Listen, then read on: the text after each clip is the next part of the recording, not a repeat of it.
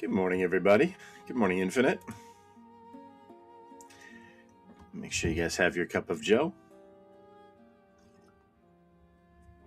All right, so, of course, remember to check out phoneboothpodcast.substack.com for all the many wonderful podcasts there. All right, chapter 30 today.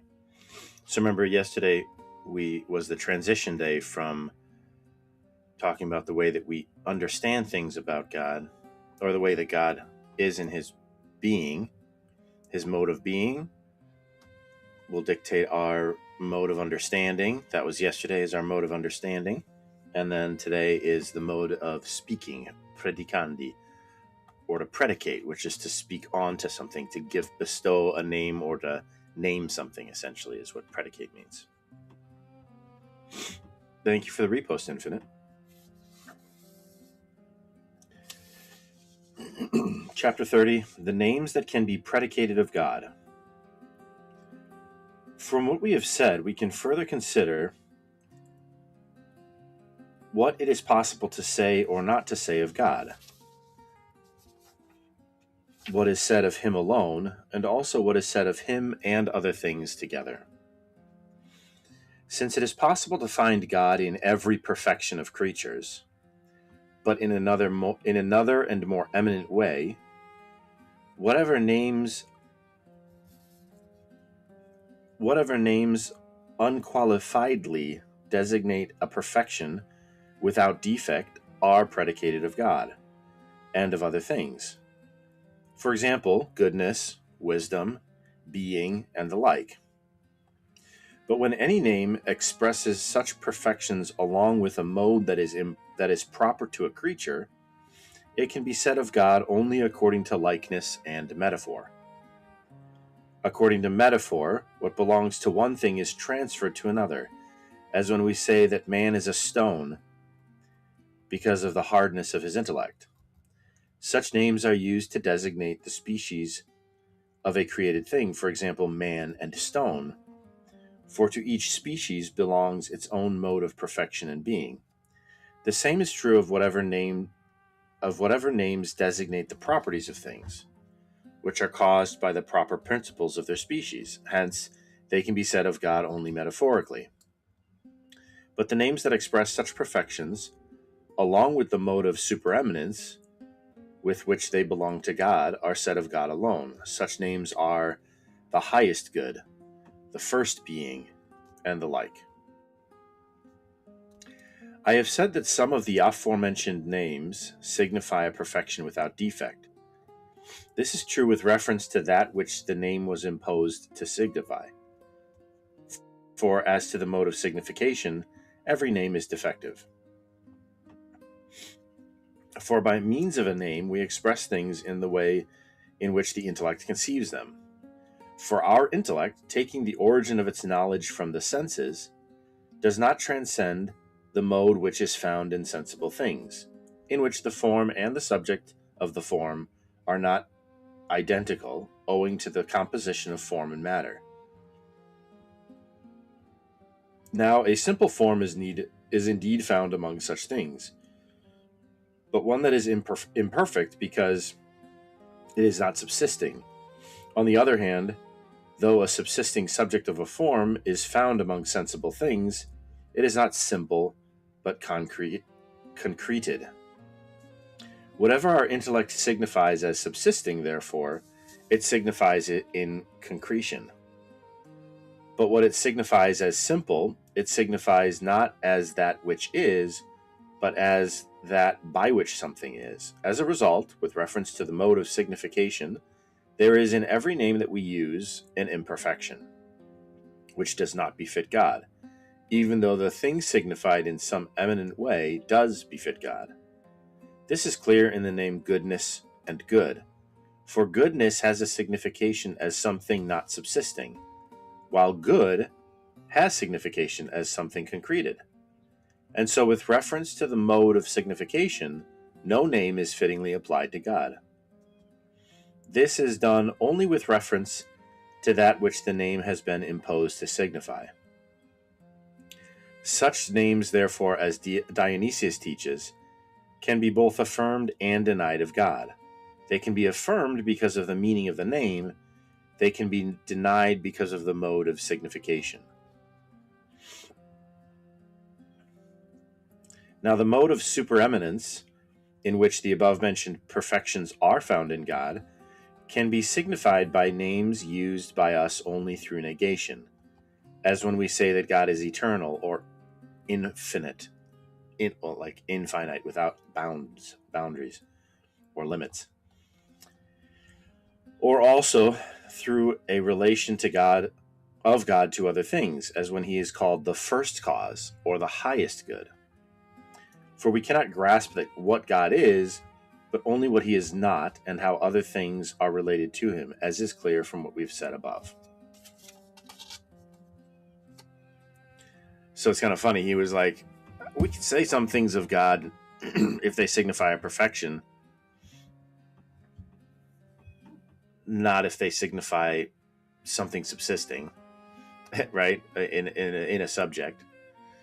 And then he goes, well, actually, we can't really, because our mode of understanding that those things are different. It's like, I think it was also Dionysius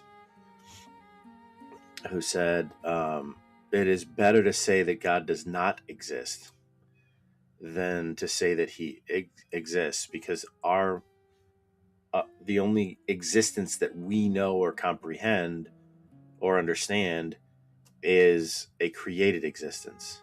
So it's better to say that God doesn't exist, because created existence is the only thing we know, right? So, and he doesn't have that. He has a much higher form of or mode of existing than a created existence. He is existence itself. Anyways, so it's interesting because he's basically saying, well, there's the things we can say by metaphor, and then things we can say that are actually applicable to God. But actually, we can only, the things that we're saying that are applicable of God as like a supereminent thing, it can only be said in relation to creatures. So that's where he said infinite, without boundaries or without limitations.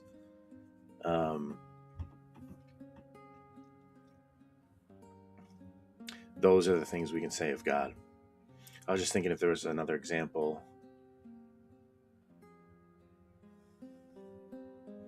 for that instead of infinite. What was the example he used here?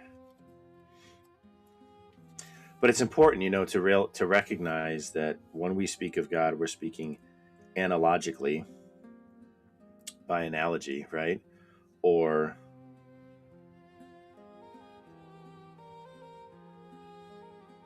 the way that we speak of through like way of negation isn't always will be the most accurate things we can say about God is what he's not, just because of the limited nature of our intellect. So when it's in relation to other things like the first cause, the first mover, we're talking about him in relation to other things. This idea of relation is going to be actually really important to understand. Relation is a very precise notion in philosophy. It's actually one of the qualities, or one of the 10 categories that can be said of